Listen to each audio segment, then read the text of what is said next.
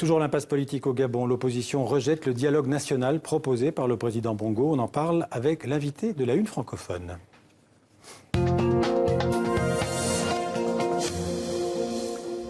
Et cet invité, c'est le vice-premier ministre gabonais, Bruno Ben Moubamba. Bonsoir. Bonsoir. Merci d'être sur le plateau du 64 minutes. Alors, je le disais, la situation politique reste assez chaotique au Gabon, 6 mois après les élections. L'élection d'Ali Bongo à la présidentielle du mois d'août est toujours contestée par son principal opposant Jean Ping. Je rappelle que la Cour constitutionnelle gabonaise a publié des résultats officiels, 50,66% pour Ali Bongo, 47,24% pour Jean Ping. Vous-même, d'ailleurs, vous étiez candidat à cette présidentielle, vous êtes arrivé 3e et vous vous êtes rallié depuis au président Bongo. Le président, je le disais, qui propose un dialogue national, mais Jean Ping refuse d'y participer. Donc on peut dire que c'est un dialogue national qui est mort-né au Gabon.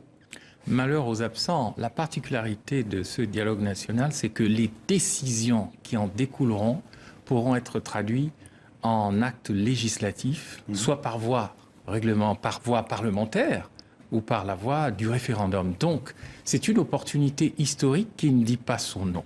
Voilà pourquoi Monsieur Jean Ping, pour qui j'ai le plus grand respect, doit faire preuve de sagesse et doit se hisser au niveau d'un Mandela à la gabonaise, c'est-à-dire arriver à parler à ses adversaires de manière rationnelle et pragmatique. Moi, j'ai fait preuve de pragmatisme. Donc, publiquement, vous lui demandez de revenir sur sa décision et de participer à ce dialogue national? Absolument. Je lui demande respectueusement de participer à ce dialogue national dans l'intérêt de la nation gabonaise. Voilà un pays qui est traumatisé depuis l'élection du 27 août 2016 et qui a besoin d'être reconstruit. Mais il sera reconstruit par qui?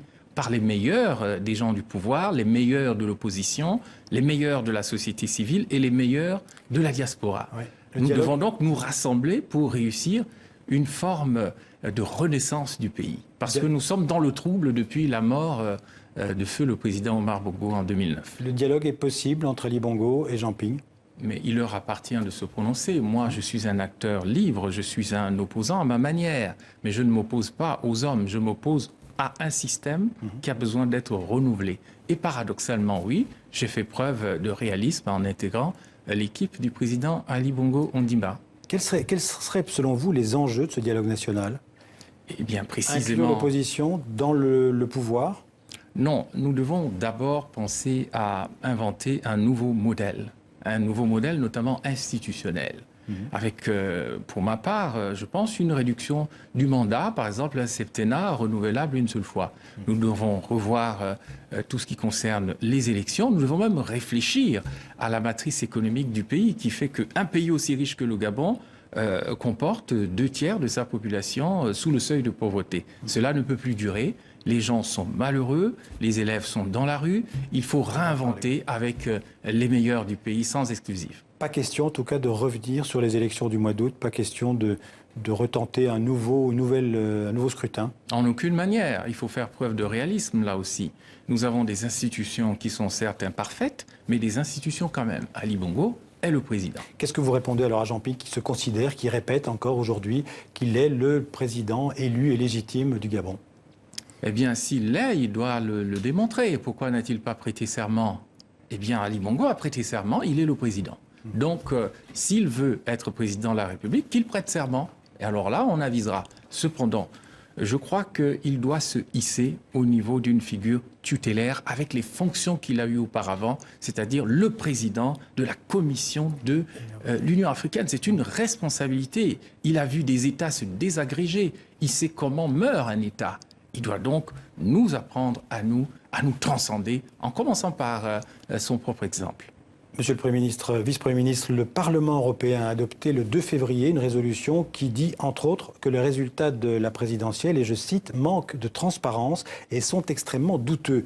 On peut dire de certaine manière que c'est un désaveu européen pour les autorités gabonaises. L'Union européenne, les députés européens ont tout à fait le droit de voter les résolutions nécessaires. Cependant, dans la résolution qui a été votée récemment, il y a eu une forme de duplicité, entre guillemets. L'adjonction du cas du Gabon au cas du Congo démocratique. Le Congo démocratique, c'est une guerre mondiale à l'échelle sous-régionale, avec des morts. On ne comprend pas comment on a pu mélanger les deux cas. Le Gabon, c'est une crise électorale.